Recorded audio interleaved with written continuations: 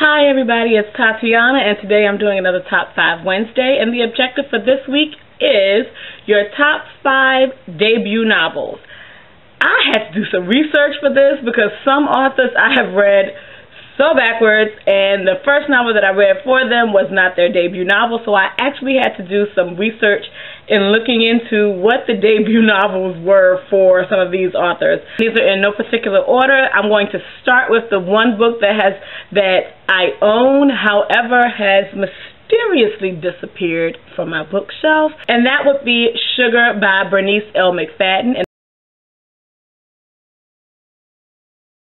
which is the story of Sugar Lacey and her coming to a small southern town and the effect that that has on the town, as well as her neighbor, who believes her to bear a strong resemblance to a lost loved one. And the story is very beautiful.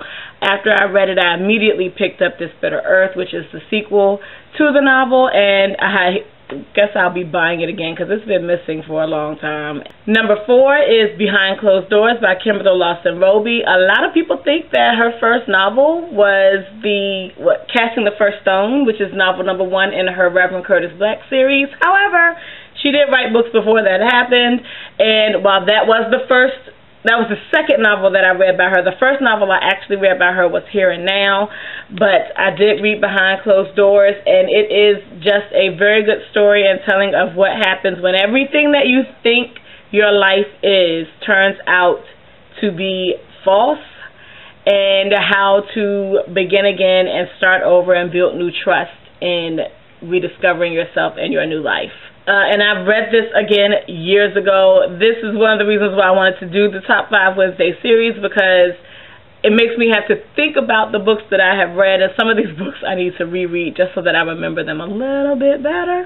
Number 3 is Temptation by Victoria Christopher Murray. This is not the first novel that I read by Victoria Christopher Murray.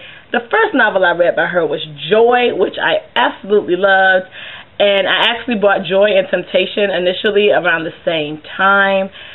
And I just delayed in reading Temptation, not even knowing that that was her debut novel. And this is the story of Kyla and Jefferson Blake, and again, seeming to have everything under control and the ideal life, and what happens when that is put to the test and shaken, and how does that affect you, your relationship, your marriage, and your faith. Number 2 is Eragon by Christopher Paolini. I actually read this novel because my brother was reading it, and then I found out that it was going to be turned into a movie. I really enjoyed this novel. I did not like the movie at all. This was written very well, and I really enjoyed it to this day. I have yet to read Eldest. I own it, and I think I own Inheritance. I have to check my bookshelf, but I haven't read either one of those. But I thoroughly enjoyed this novel, and I think the fact that the movie just didn't live up to the novel kind of suppressed my desire to continue with the trilogy.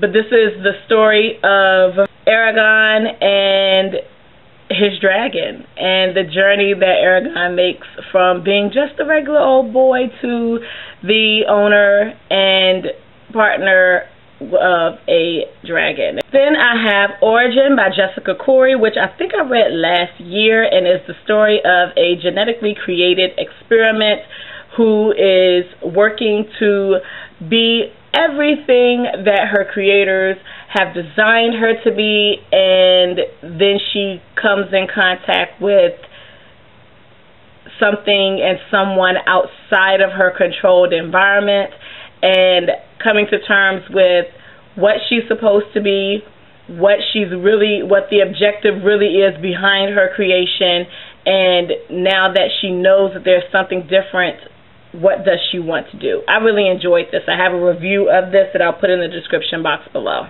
And number 1 is Cane River by Lolita Tatamy, which is just an awesome, awesome, awesome story. This is one of the few selected books from the Oprah's Book Club that I have read and thoroughly enjoyed. It is historical fiction about the great grandparents of the author of this novel, and some of their real characteristics are put in, along with some fictionalized material to create the story, but it is based on the research that she did looking into her family history, and there's so much that goes into the story that really makes it a great read. I love this novel. I have a review of this as well. I will put it in the description box below if you are interested in checking that out. And that is all that I have for this week's Top 5 Wednesday. What are your top 5 debut novels? If you can think right off the top of your head of what debut novels you've read by authors that you like and have loved. If you can, put them in the description box below. Talk to me, and I hope you have a good weekend whenever you see this video. Peace out.